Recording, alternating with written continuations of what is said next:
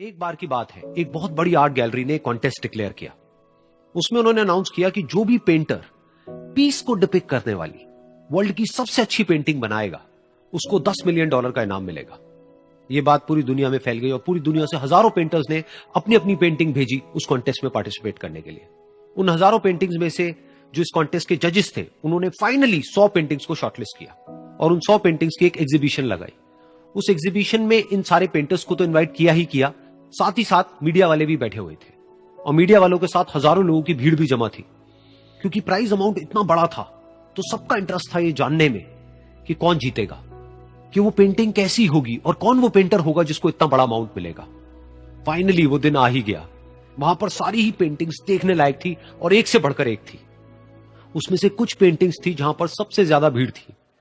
जैसे एक पेंटिंग थी जहां पर एक बिल्कुल साफ पानी की नदी बह रही थी, जिसके पीछे कुछ पहाड़ थे, उसके ऊपर बर्फ जमी हुई थी और पीछे से सनराइज हो रहा था। एक और पेंटिंग थी जहां पर पेंटर ने पीस को डिपिक्ट किया था फुल मून नाइट के थ्रू, यानी कि एक बिल्कुल पीसफुल लेक थी जिसका पानी बिल्कुल स्टिल था, इतना स्टिल कि उसके अंदर आप रिफ्लेक्शन देख सकते थे आसपास में जो भी कुछ था उसका, बिल्कुल एक मिरर की तरह। और बिल्कुल डार्क आसमान में कुछ तारे चमक रहे थे और एक चांद चमक रहा था।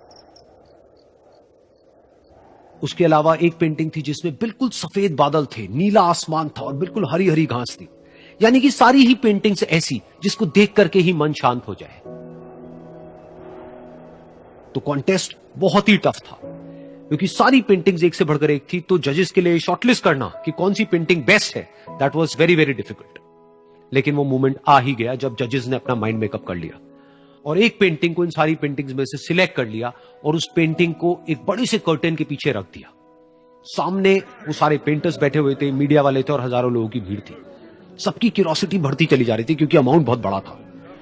लेकिन जैसे ही वो पर्दा हटा और सामने से सबने उस पेंटिंग को देखा तो सब हैरान रह गए। सब एक दूसरे की शक्ल देखने लगे। किसी को कुछ समझ नहीं आ रहा था कि एक्चुअल में हो क्या रहा है, क्योंकि वो पेंटिंग जो वहां पर दिख रही थी वो दूर दूर तक शांति को डिपिक्ट नहीं कर रही थी।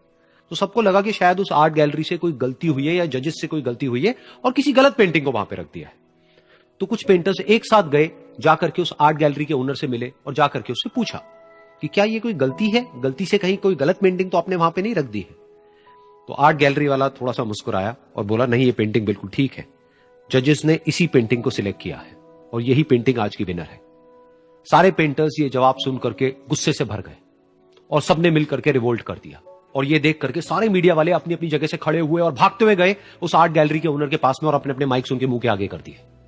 तो अगेन वो आर्ट गैलरी का जो ओनर था वो हल्का सा मुस्कुराया और उसने कहा कि मुझे कुछ बोलने से पहले एक बार इस पेंटिंग को आप लोग ध्यान से देखिए, थोड़ा पास से देखिए, शायद आपको कुछ ऐसा नजर आए जो दूर से नजर नहीं आ रहा है। क्योंकि आप सबने एक चीज तो देख ली कि इस पेंटिंग में आंधी है, तूफान है, चारों तरफ सब कुछ तहस नहस हो रहा है, आसमान में बिजली कड़क रही है, काले बादल है, ये सब तो आपने देख लिया। लेकिन एक चीज नहीं देखी कि इस पेंटिंग में एक घर भी है। उस घर में एक छोटी सी खिड़की है जहां पर एक आदमी खड़ा हुआ है। ध्यान से जाकर के देखिए, वो जो आदमी खड़ा हुआ है और बाहर देख रहा है उस घर से, उसके चेहरे पर कोई डर नहीं है बल्कि एक हल्की सी मुस्कान है, एक ठहराव है, एक सुकून है। और यही है शांति का असली मतलब। यानी कि शांति का मतलब यह नहीं है कि हमारे बाहर सब कुछ शांत है और फिर हम शांत हैं, क्योंकि वो टेम्पररी है।